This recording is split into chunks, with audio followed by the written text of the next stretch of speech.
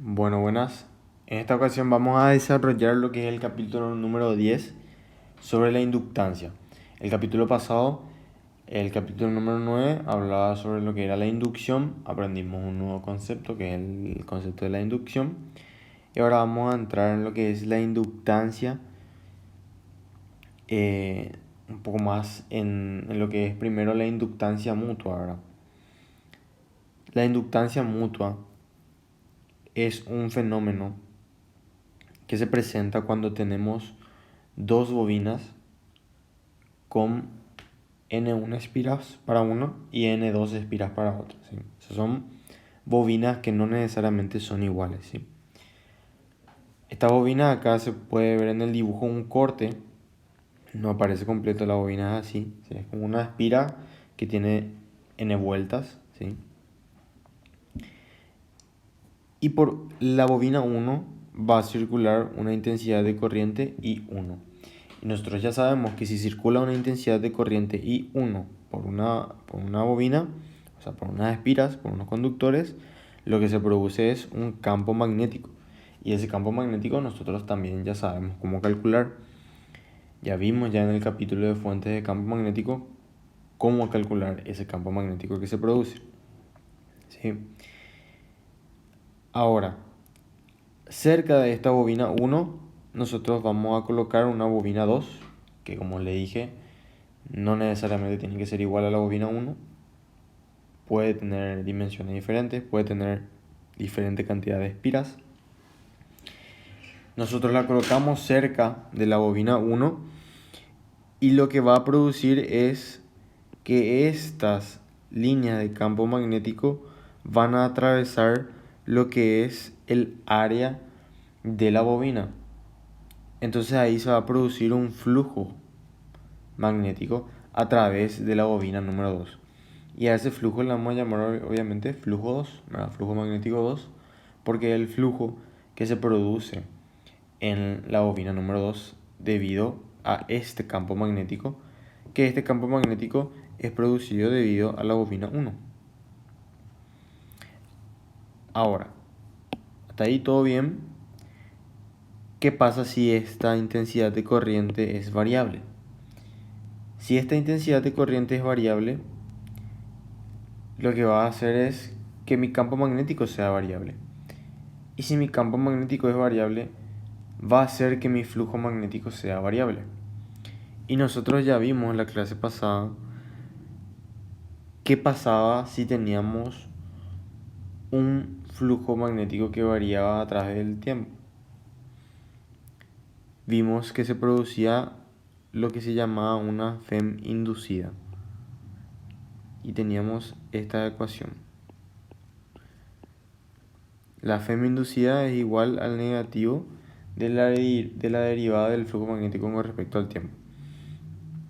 Entonces, este flujo variable se tiene entonces acá a través de esta bobina número 2. Entonces, ese flujo variable lo que va a producir en la bobina número 2 va a ser una FEM inducida. Y a esta FEM la vamos a llamar FEM 2, ¿verdad? Porque es la FEM producida esa es la FEM producida en la bobina número 2. Pero como tenemos N2 espiras, deberíamos de multiplicarle por N2. Entonces acá ya está escrito, luego nos va a quedar así, ¿sí? Nos va a quedar así. Esta va a ser la FEM que es producida en esta bobina número 2. Es la FEM inducida en la bobina número 2. Ahora, lo que nos interesa a nosotros es relacionar el flujo magnético en la bobina 2 con la intensidad de corriente que circula en la bobina número 1. Y eso se puede relacionar por medio de una constante de proporcionalidad que se le llama inductancia mutua. Esta constante se representa por la letra M y esa constante nos permite relacionar el número de espiras en la bobina 2 con el flujo en la bobina 2 y la corriente que circula por la bobina 1. Si nosotros de esta ecuación despejamos, vamos a tener lo que sería el valor de la inductancia mutua. La inductancia mutua va a ser igual a N2 por el flujo magnético en la bobina 2 dividido la corriente que circula en la bobina 1. Esto también es igual a N1 por el flujo que se produce en la bobina 1 dividido la corriente en la bobina 2. Esto es si tenemos el caso inverso, ¿verdad? Si por la bobina 2 circula una intensidad de corriente y por la bobina 1 no, ¿verdad? Entonces la bobina 2 va a ser la que va a producir el campo magnético y así sucesivamente. Entonces se va a generar una FEM inducida en la bobina número 1, ¿sí? Entonces esto puede pasar tanto en la bobina 1 como en la bobina 2, por eso es que se hace esta igualdad, ¿sí? Esta constante M de inductancia mutua es la misma para ambos casos, ¿verdad? Y acá algo importante a mencionar es que la inductancia mutua solo depende de la geometría de las dos bobinas, el tamaño, la forma, el número de espiras, la orientación de cada una, así como la separación entre ellas. Entonces eso es muy importante saber porque es algo que se les puede preguntar en la teoría, ¿verdad? Si sale una pregunta teórica o un concepto teórico dentro de un ejercicio, ustedes es algo que tienen que saber, ¿verdad? Bueno, y para determinar lo que es la FEM inducida, si esta ecuación que está acá nosotros derivamos con respecto al tiempo, vamos a tener esta expresión. Y nosotros sabemos que habíamos demostrado antes que N2 por la derivada del flujo magnético 2 dividido el tiempo, o sea, con respecto al tiempo, perdón, es igual a la FEM inducida. Entonces nosotros ahí relacionamos la FEM inducida con la inductancia mutua, o sea, con la constante que le llamamos inductancia mutua y la derivada de la corriente que circula por la bobina 1 con respecto al tiempo, ¿sí? Entonces estas dos ecuaciones son las que nos va a servir para ir resolviendo los ejercicios, ¿sí? Bueno, y así como le dije, se puede hacer el mismo análisis para el caso opuesto y se tiene esta ecuación, esta igualdad. Entonces acá está bien resaltado para el caso de la FEM inducida en la bobina 2 y la FEM inducida en la bobina 1. Tienen la misma fórmula, lo único que cambia sería que es la corriente que circula, que se utiliza es la que circula en la otra bobina, ¿sí? Acá nosotros queremos calcular la inducida en la bobina 2, utilizamos la corriente que circula en la bobina 1 y viceversa para la bobina 1. Y acá tenemos esta igualdad que yo había mencionado antes. Bueno, esos signos negativos que habíamos visto en las ecuaciones, estos obviamente son un reflejo de la ley de Lenz, ¿sí? Ya habíamos comentado eso en el capítulo anterior, que es la ley de Lenz. Entonces, una leída a lo que es la ley de Lenz para recordarse un poco sobre eso. Ahora acá les explica más o menos lo que sería eso de la ley de Lenz, ¿sí? Y por último, la unidad de medida para la inductancia mutua. La unidad de medida sería el Henry. Y un Henry es igual a un Weber por ampere. Y después nos da otras relaciones más, ¿verdad? Y acá ustedes se pueden dar cuenta que Weber por ampere es unidad de flujo dividido unidad de corriente, ¿sí? Entonces ahí se acuerdan también de la fórmula. Bueno, ahora vamos a ver lo que es la autoinductancia y qué son los inductores. Recién estuvimos viendo lo que es la inductancia mutua, que esta bobina le induce a esta otra bobina una FEM. Pero ¿qué pasa? Y voy a dibujar acá. Si nosotros tenemos una sola espira, o sea, una sola bobina, y por esta bobina va a circular una corriente variable I. ¿Esto que va a producir? Va a producir que se genere nuevamente el, el flujo magnético, así como el dibujito ese, o sea, el campo magnético. Se va a producir de nuevo un campo magnético que es producido por esta bobina que le vamos a llamar 1. Se produce ese campo magnético y ¿qué pasa ahí? Estas líneas de campo atraviesan lo que es el área de la bobina. Entonces ahí se tiene un flujo magnético. Y si ese flujo magnético es variable, lo que vamos a tener es una FEM inducida. Si esta intensidad de corriente es variable, va a variar mi campo magnético, va a variar mi flujo magnético. Entonces se va a producir una FEM inducida por la misma bobina. Por eso es que se denomina FEM, o sea, sí, autoinductancia. Sería una FEM autoinducida, ¿verdad? Y acá les da una descripción breve de lo que yo les expliqué recién, ¿verdad?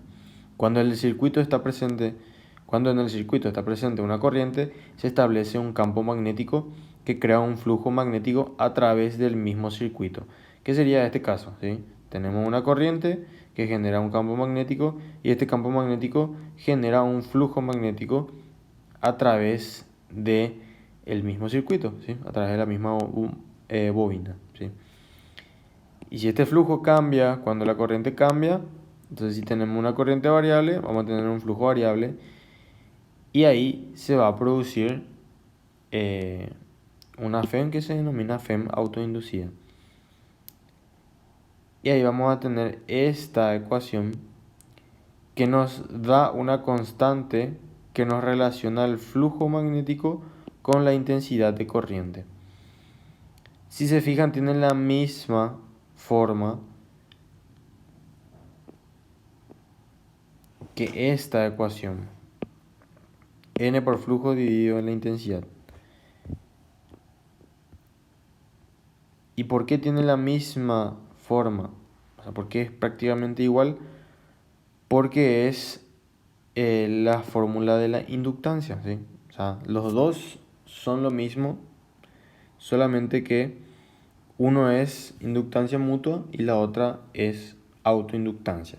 Generalmente a la autoinductancia se le dice solamente inductancia y a la autoinductancia, o sea, a la inductancia mutua sí se le dice se le llama por inductancia mutua. Entonces cuando nosotros hablamos de inductancia, nos estamos refiriendo a la autoinductancia, ¿sí? Bueno, y acá me faltaría la N, ¿verdad? Que sería la cantidad de espira que se tiene. Y nuevamente, si nosotros esto, o sea, pasamos la intensidad multiplicando y derivamos con respecto al tiempo, vamos a tener esto. Y nosotros sabemos que esto es esto. Entonces ahí vamos a tener que la FEM autoinducida es igual al negativo de la inductancia por la derivada de la intensidad de corriente con respecto al tiempo.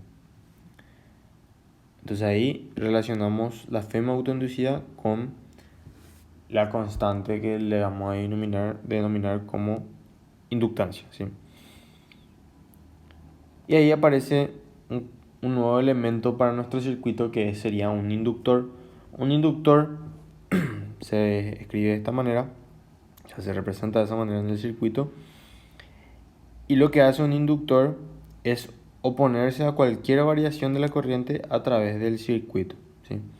Entonces, lo que nos permite el inductor es que tengamos un circuito cuya corriente sea estable, vamos a decir.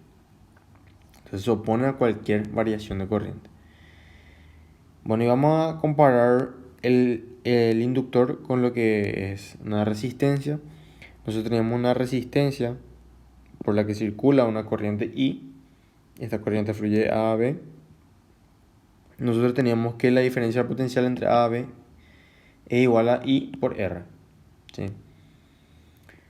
Ahora, cuando tenemos un inductor con una corriente constante que fluye de A a B, no hay diferencia de potencial. ¿Por qué? Porque la FEM es igual a la inductancia por la tasa de variación de la corriente con respecto al tiempo. Y si la corriente no varía, esto es igual a cero, entonces la FEM es igual a cero, ¿sí? La FEM autoinducida es igual a cero. Ahora, si la corriente es variable, si es creciente, vamos a tener que esta derivada de la corriente con respecto al tiempo va a ser positiva, entonces vamos a tener una FEM mayor que cero, o sea, una FEM positiva. Entonces el punto A está a mayor potencial que el punto B. Y si es decreciente, entonces, como es decreciente, nuestra derivada va a ser negativa, entonces vamos a tener un valor de FEM negativo, lo que nos indica que este punto A está a menor potencial que este punto B, ¿sí? Bueno, así como en un capacitor, por ejemplo, un inductor también es capaz de almacenar energía y podemos determinarlo, ¿verdad?, con esta fórmula, ¿sí? No es muy complicado su demostración, ¿no? Les dejo para que lean después. Algo que sí es importante es el circuito de RL, ¿sí? Vamos a analizar primero un caso de crecimiento de corriente en un circuito de RL. ¿Qué es un circuito de RL? Un circuito de RL es un circuito donde tenemos una resistencia y tenemos un inductor, por eso es R y L. R sería la resistencia, L sería el inductor. Bueno, acá en el dibujo, por ejemplo, tenemos una resistencia que está en serie con un inductor. Están conectados en la parte superior con una fuente FEM y en la parte inferior están conectados con un conductor, ¿sí?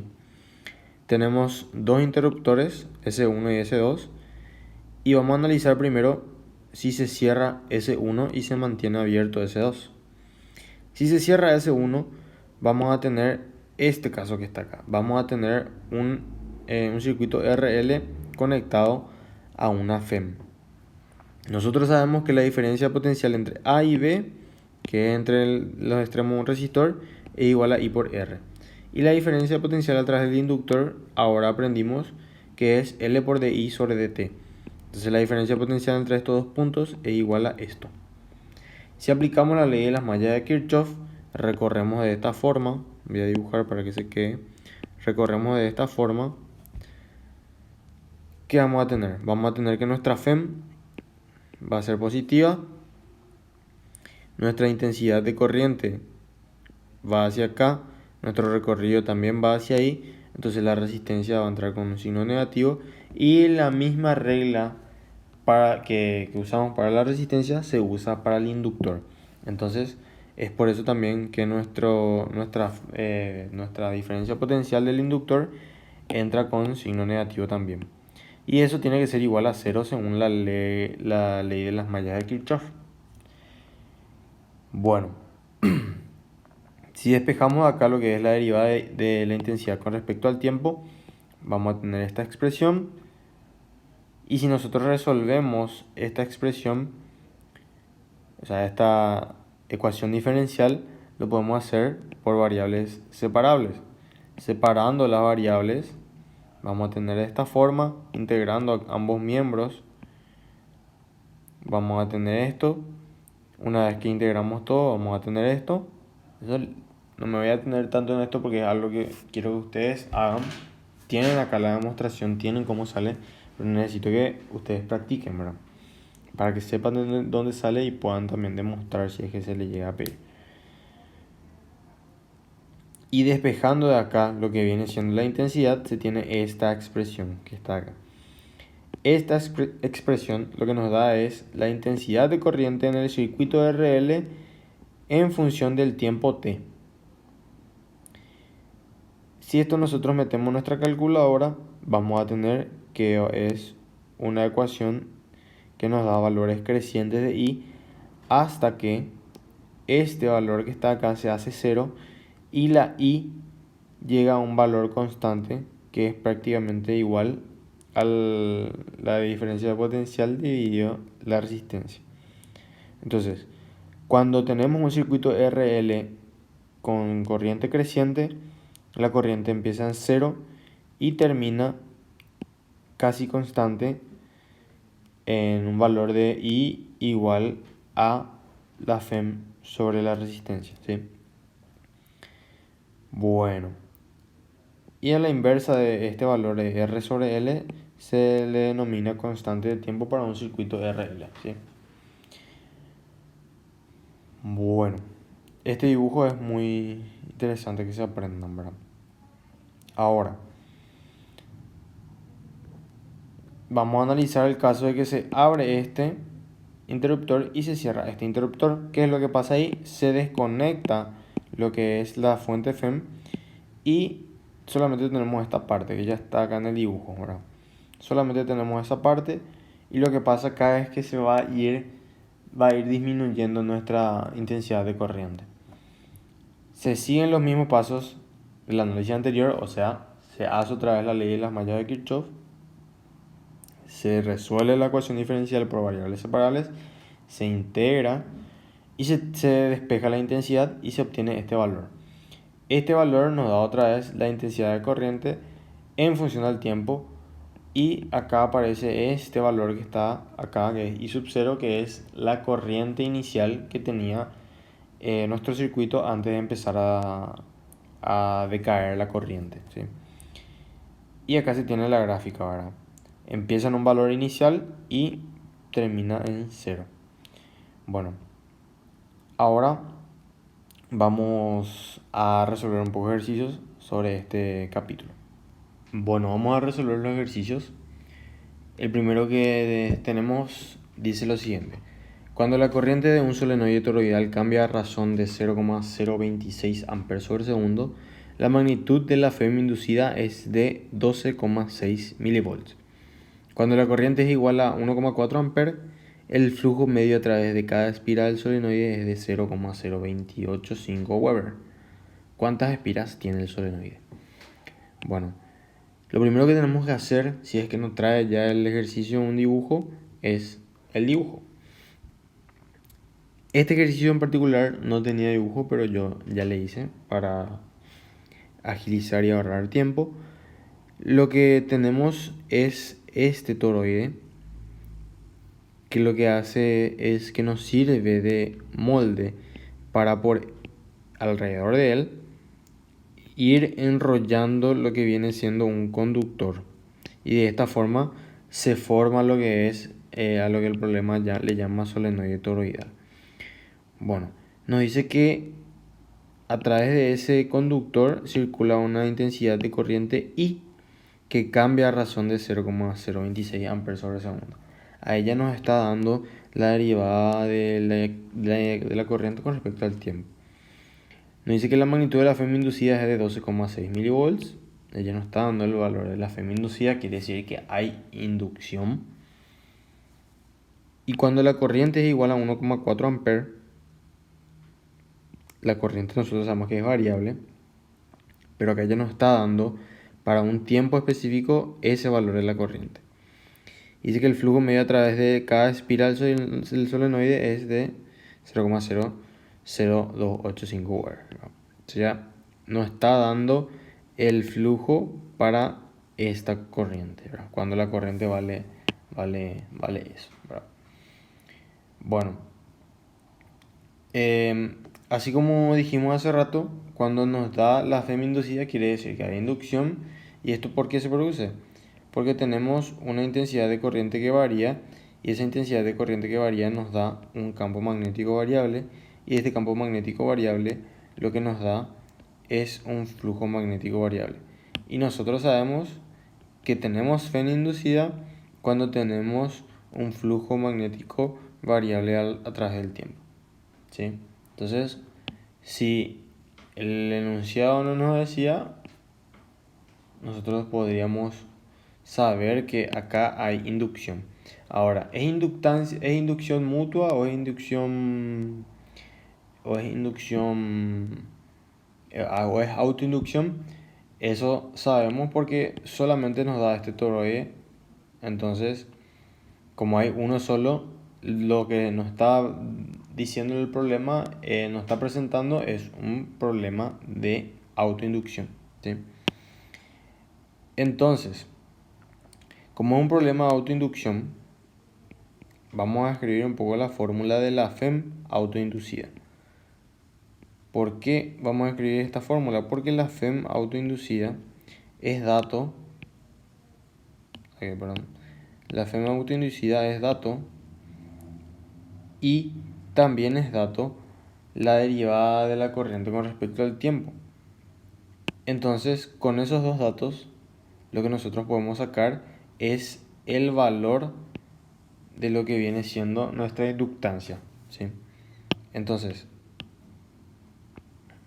con esos datos, con la FEM igual a 12,6 por 10 a la menos 3 volt e igual a L, que es lo que queremos calcular, por 0,026 amperes sobre segundo. Entonces acá nosotros fácilmente podemos obtener el valor de la inductancia, que a mí me sale igual a 0,485 Henry. Si se fijan, es sacar relaciones nomás, es entender, analizar el problema, qué es lo que está pasando, y una vez que sabemos lo que está pasando, ya podemos relacionar los datos que tenemos y vemos qué podemos hacer con esos datos ahora. Yo acá vi la derivada de la intensidad con respecto al tiempo y la FEM, y yo sé que estos dos están relacionados por medio de la fórmula de autoinductancia. Entonces, por eso yo utilicé esa fórmula. Bueno, pero lo que en realidad el ejercicio me pide es, me pregunta cuántas espiras tiene el solenoide, ¿verdad? Y nosotros, ¿cómo podemos obtener la cantidad de espiras que tiene el solenoide? Y eso podemos relacionar con justamente con lo que calculamos recién, lo que es la inductancia. ¿Por qué? Porque nosotros sabemos que este valor de la inductancia es igual al número de espiras de nuestro solenoide por el flujo magnético que se tiene dividido la intensidad de corriente que circula. Entonces, nosotros ahí podemos sacar la cantidad de espiras que tiene nuestro solenoide. Entonces, como todo esto ya es dato, o sea, esto ya es dato, esto ya es dato, y esto nosotros calculamos, ya podemos obtener directamente de ahí, de esta fórmula, lo que viene siendo nuestra cantidad de espiras. Entonces, si despejamos nosotros el número de espiras, tenemos directamente que va a ser L por I dividido el flujo. Y de acá obtenemos el valor de las N espiras. Acá sale obviamente igual que la respuesta. Bueno, es muy sencillo el problema, pero algo que hay que saber hacer es entender qué es lo que nos está diciendo el problema. Al darnos ciertos datos, nosotros tenemos que entender primeramente qué es lo que está pasando en el problema, qué fenómeno se está produciendo, y una vez que sabemos qué fenómeno se está produciendo, lo que podemos es ir relacionando los datos para poder llegar a la respuesta. Bueno, ahora vamos a resolver el siguiente ejercicio. Se construye un solenoide S cilíndrico de 8 centímetros de diámetro con 600 espiras apretadas, de alambre de 2 milímetros de diámetro y 5,4 ohm por metro. Se lo conecta a una FEM igual a 6 megavolt durante 1,6 veces su constante de tiempo inductiva de S y se lo desconecta. Calcula la diferencia de potencial en la resistencia J igual a 1200 ohm en ese instante al desconectar la FEM. Utiliza todos los decimales. Bueno, acá en este problema lo particular es que nos da muchísimos datos. Entonces lo importante es resaltar esos datos. Tenemos un solenoide cilíndrico de 8 centímetros de diámetro con 600 espiras apretadas de alambre de 2 milímetros de diámetro y 5 ohm por metro. Ahí vamos a parar un poco y vamos a entender los datos que nos da. Este 8 centímetros de diámetro sería, si nosotros miramos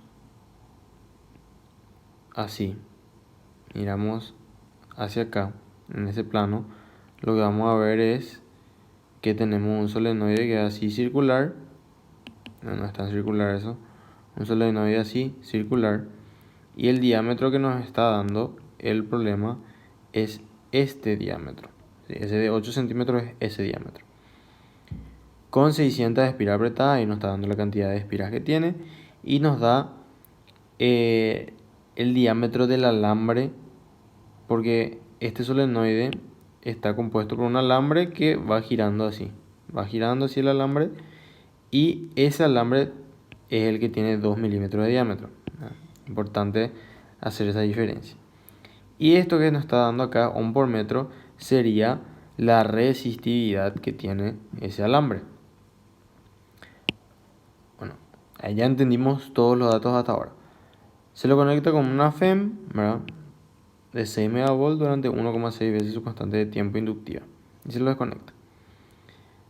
Calcula la diferencia de potencial en los extremos de la resistencia J en ese instante. Bueno, entonces, este solenoide se lo conecta a una fuente FEM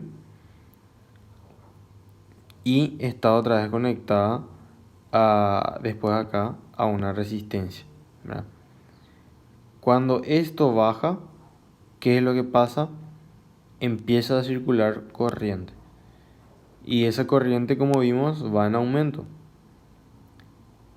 Luego se lo desconecta y en ese instante es lo que nos pide calcular la diferencia potencial en los extremos de esta resistencia.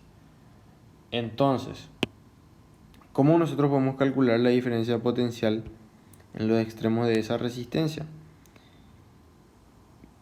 Con la ley de Ohm. La ley de Ohm dice que la diferencia potencial es igual a la intensidad que circula por la resistencia. Así de simple. Entonces, lo que nosotros tenemos que calcular es la intensidad en ese instante en el que este interruptor se vuelve a levantar. Cuando calculemos nosotros esa intensidad, vamos a poder calcular la diferencia de potencial, porque va a ser aplicar esta fórmula de la ley de Ohm nomás ya. Entonces, analizando cómo podemos calcular esa intensidad de corriente. Como dijimos, tenemos un circuito RL. Un circuito RL que se conecta a una FEM. Y si tenemos un circuito RL que está conectado a una FEM, quiere decir que vamos a tener una corriente que varía con respecto al tiempo y va a ser creciente, porque está conectado a la FEM, ¿verdad? Entonces tenemos que utilizar la fórmula para un circuito RL que está conectado a una FEM, que era esta ecuación, por el tiempo, así. Bueno, ahora, para poder aplicar esta fórmula, primero tenemos que saber si tenemos todos los datos. La FEM, nosotros ya tenemos que es 6 megavolts. La resistencia, es lo que hay que analizar un poco, qué resistencia es la que necesitamos. Después la inductancia. La inductancia nosotros no tenemos. La resistencia tampoco. Y después está el tiempo. Este tiempo que está acá nos está dando acá. Y este tiempo está relacionado a la constante del tiempo del inductor. Y la constante de tiempo era igual a L sobre R. Entonces acá, en esta parte, al reemplazar el tiempo igual a 1,6 por L sobre R, se nos va a simplificar esta R con esta R y esta L con esta L y nos va a quedar 1,6. Así de simple. Entonces, lo que tenemos que tener en cuenta es ahora esta resistencia R, que tenemos que ver cuál resistencia es. ¿Cuál resistencia es? Bueno, si nos fijamos bien, cuando este interruptor se cierra, lo que vamos a tener es que la corriente va a ir acá, va a ir acá, va a ir acá, va a pasar por el solenoide, va a volver acá y va a venir acá. Ese va a ser todo el recorrido que haga nuestra corriente. No va a pasar por esta resistencia. ¿Por qué no va a pasar por esa resistencia? No va a pasar por esa resistencia porque la corriente va a ir por el camino más fácil, vamos a decirle. Y el camino más fácil es aquel conductor que tiene menos resistencia, ¿sí? Y si se fijan, la resistencia la resistencia J es muy grande, entonces no va a pasar por ahí la corriente, sino que va a circular así, por este circuito nomás. Entonces, ¿cuál es esta resistencia? ¿Y por qué entonces el profesor está diciendo que tenemos un circuito RL si solamente pasa por el inductor, no pasa por la resistencia de la corriente? Lo que pasa es que el problema nos está dando la resistividad de este conductor, del que está hecho el inductor. Entonces quiere decir que no solamente tenemos un inductor, sino que este inductor tiene una resistencia. Entonces ahí ya pasa a ser un circuito RL, por esa misma razón. Entonces lo que tenemos que calcular nosotros es la resistencia del inductor. ¿Cómo calculamos la resistencia del inductor? Y ahí volvemos otra vez a lo que era el capítulo de resistencia. Y nosotros sabemos que la resistencia se puede relacionar con la resistividad. Y es la resistividad por el largo del conductor dividido el área transversal del conductor. Y estos datos nosotros tenemos. Y sí tenemos el área del conductor porque nos da el diámetro del alambre. Nos da el diámetro del alambre, entonces nosotros sabemos que el área va a ser pi por el diámetro del alambre. Que no se entiende bien ahí. Pi por el diámetro del alambre al cuadrado dividido 4. Entonces ese es el área de nuestro conductor. ¿Y la longitud? ¿Cuál sería la longitud? Nos está dando lo que viene siendo el número de espiras. Y nos está dando también este diámetro.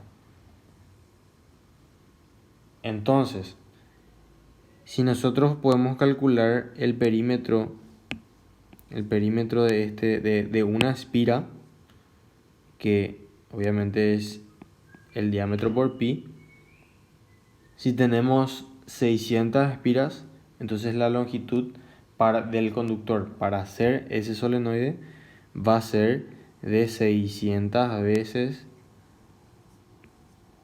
este diámetro. Entonces, ahí tenemos ese dato ya también completo. Entonces ya tenemos todo, porque tenemos ya la resistividad de datos. Ahí metemos toda nuestra calculadora, obviamente todo en el sistema internacional, y a mí me sale 259,2 por 10 a la 6 ohm. Bueno, entonces ahora que tenemos la resistencia, nosotros podemos calcular esta intensidad. Metemos toda nuestra calculadora nuevamente y ya tenemos la intensidad. 0,01847 y demás decimales que tenemos que meter también en la calculadora, porque el ejercicio nos dice usar todos los decimales. Entonces tenemos que, al resolver el ejercicio, ir metiendo en la calculadora usando todos los decimales. Y finalmente podemos entonces calcular la diferencia potencial, que va a ser I por J. Y ahí I por J es 0,01847 y demás valores multiplicamos por 1, no es 1, es 1200. Y esto a mí me salió igual a 22,17 volts. Entonces esta sería la respuesta. Bueno, entonces, para resumir el ejercicio, hay que leer mínimo 2 veces el enunciado para entender bien qué datos lo que nos está dando el problema. Si nosotros no entendemos los datos que nos está dando el problema, muy difícil que sepamos resolver el problema, porque no vamos a entender qué es lo que está pasando. Después de hacer el análisis, ir ahí viendo cómo podemos llegar a lo que nos pide el ejercicio. Y después es ir ejecutando, ir aplicando fórmulas nada más. Bueno, estos serían los 2 ejercicios de ejemplo que les doy como para este capítulo, ¿verdad? Como ejemplo, que son bastante básicos, pero para saber cómo sacar los datos, tratar de analizar los ejercicios, ver cómo plantear y luego que vean que es aplicar fórmula nada más una vez que ya se entiende bien qué es lo que está pasando. Eso es lo importante que ustedes tienen que fijar bien. Entender qué es lo que está pasando, entender los datos que le da el problema y analizar bien. No es directamente aplicar fórmula, porque eso le puede les puede llevar a un resultado incorrecto, ¿sí? Porque no se analiza bien qué es lo que está pasando y cuál es la situación del problema. Eso, por ejemplo, pasó mucho en el segundo parcial, donde les daba, por ejemplo, capacitores que estaban completamente cargados y no sabían cómo se comportaban los capacitores cuando estaban completamente cargados. Entonces ahí muchos se equivocaron, ¿verdad? Entonces, si se sentaban y analizaban capaz un poquito más de tiempo, y esos conceptos teóricos que de vez en cuando le vamos dando, y si los aplicaban, iban a resolver y ver que ese ejercicio era súper fácil, ¿verdad? Pero nada, instarles a que se tomen su tiempo para resolver los ejercicios, analicen bien y resuelvan. Cualquier duda saben que me pueden escribir a mí, a la ingeniera Yani, y consultar mediante el aula virtual, que también les vamos a responder las dudas.